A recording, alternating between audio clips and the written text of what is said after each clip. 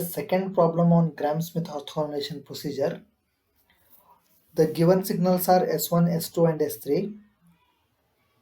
Here what we need to find is we need to find orthonormal basis functions which can represent these signals uniquely. Now since we cannot see any dependency of one signal on another, that is I cannot construct S2 using S1 or S3 or combined together. Likewise, S3 cannot be constructed using S1 and S2. Okay, same is true for S3. So what you can conclude is S1, S2, S3 are independent set of symbols or the signals to be transmitted. That's why number of orthonormal basis functions required is equal to the number of functions given, that is S1, S2, S3, which is equal to 3. So we need to find 3 orthogonal basis functions.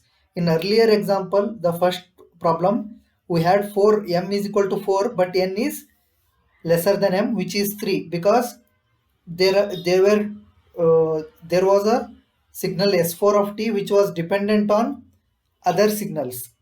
Okay, that's why we have not found the orthogonal basis function for that. Now let us start finding the orthogonal basis functions. First one is phi1 of t. The energy of phi1 of t we need to calculate first, which is given by this equation. The span is 0 to 1 because S1 of t span is 0 to 1 with amplitude 2. That's why if we substitute the values Si of t value or S1 of t value as 2 whole square dt 0 to 1, I will get 4 joules. Similarly, I can put this value into phi1 equation, as you already know, S1 of t divided by E1. It will be 1. The interval for which it is 1 is the interval same as E1 of t. And you need to remember E1, E2 or the coefficient S12, S21, S31, S32 likewise. Different coefficients will not have any time dependency. S1 of t, phi1 of t, S2 of t, phi2 of t, S3 of t, phi3 of t, they are having time dependency. So phi1 of t, it is 1 for the interval 0 to 1 and elsewhere it is 0. We can represent this signal as in the figure 1. Now to find out phi2 is given by this equation, right? S2 of t minus S21 multiplied by phi1 of t divided by square root of E2 minus S21 whole square. So what is E2? Energy of the second signal. So second signal, it is spanning from 0 to 2. That's why integration limit is 0 to 2. The value is minus 4 whole square. Here it should be minus, okay? Minus 4 whole square. It is 16. And finally E2 we get 32 joules. Now in phi2 of t, E2 we know, S2 we have already given with, phi1 of t we have calculated, but S21 we should know. So calculate S21. S21 is calculated from 0 to 2 because your S2 spans from 0 to 2, correct? The integration limits are 0 to 2, S2 phi1 of t. I can divide this like 0 to 1 plus 1 to 2. But you can see in the figure 3, S2 of t is from 0 to 2.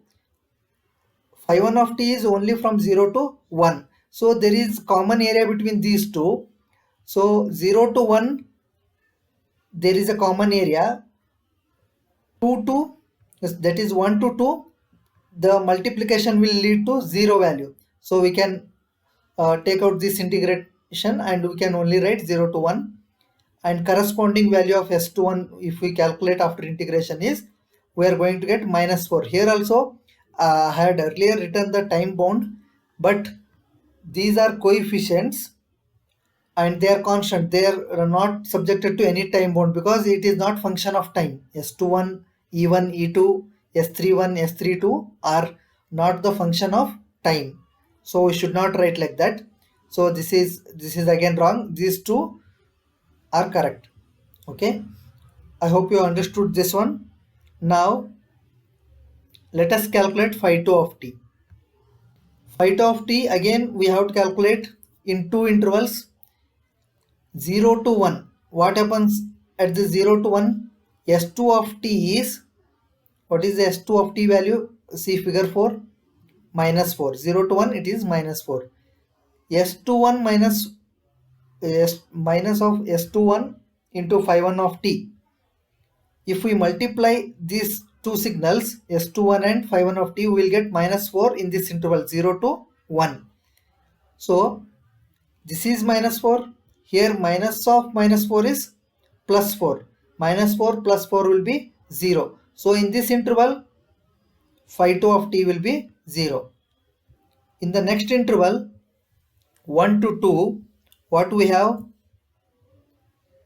S2 of t as minus 4.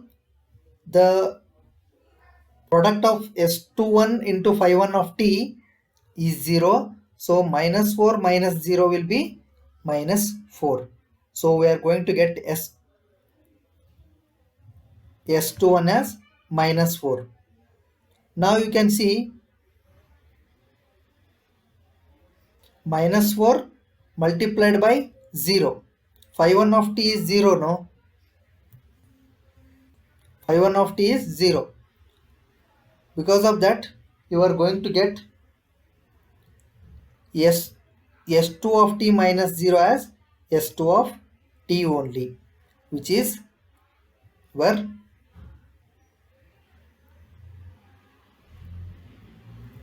minus 4 for interval 1 to 2 it is. Okay, after the subtraction. Now if we substitute the value of E2 and S21 here and simplify it, finally we are going to get minus 4 by plus 4, which is equal to minus 1. That is phi 2 of t is minus 1 for the interval 1 to 2, otherwise it is 0. So here it is the function, okay, phi 2 of t after the calculations. Now let us move on to the phi 3 of t. You can see here, for calculation of phi 3 of t, we define an intermediate function g3 of t. It is derived from ji of t is equal to si of t minus summation from j is equal to 1 to I minus 1 sij phi j.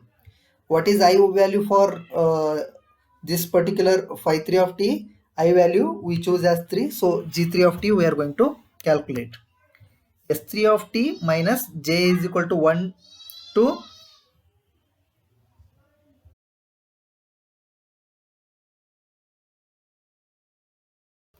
that is j is equal to 1 to 2 sij phi j. If I substitute j and I values in this particular term, we are going to get S31 phi 1 plus S32 phi 2. Minus sign I have kept outside the brackets. So what are the unknowns here now? S31, S32, because phi 1 and phi 2, S3 of t we already know. So S31 is calculated by this equation. S31 is 0 to t, S3 of t, phi 1 of t dt. What is t or the time interval here? You can see S3 of t spans from 0 to 3 seconds, you can say, and phi 1 of t spans from 0 to 1. So the common area is only from 0 to 1. So I can say from 0 to 1 the integration limit should be there. So and multiplying S3 and phi 1 in this interval is 3 into 1, which will be 3. After integration we are going to get this constant as, or the coefficient as, S31 is equal to 3. Similarly S32 is the integration from 0 to t, S3 of t, phi 2 of t dt. What is S3 of t? S3 of t is spanning 0 to 3 with amplitude 3. What is phi 2 of t? which is -1 from the interval 1 to 2.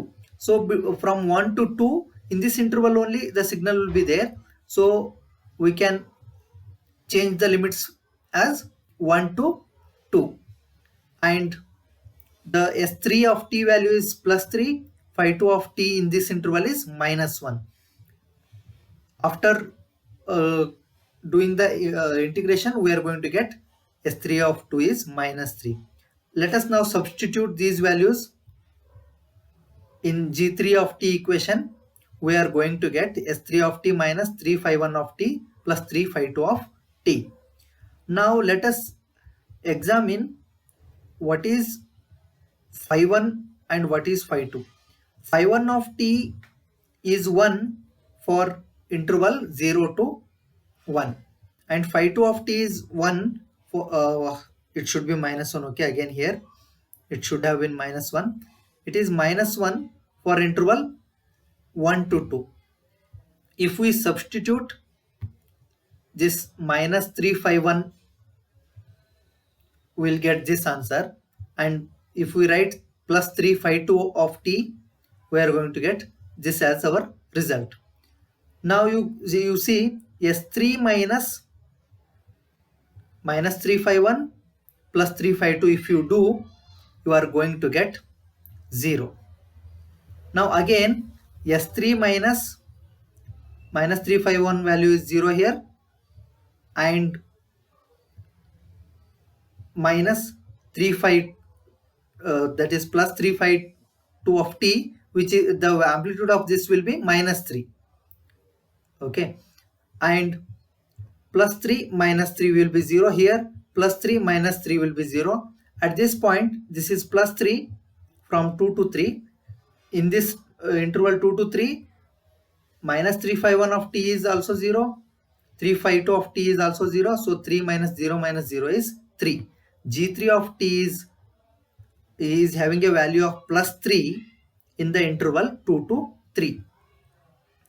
Now using this, what you can calculate? Phi 3 of t given by the equation G3 of t divided by square root of the energy of G3 of t, which is from the interval 2 to 3, G3 of t whole square dt.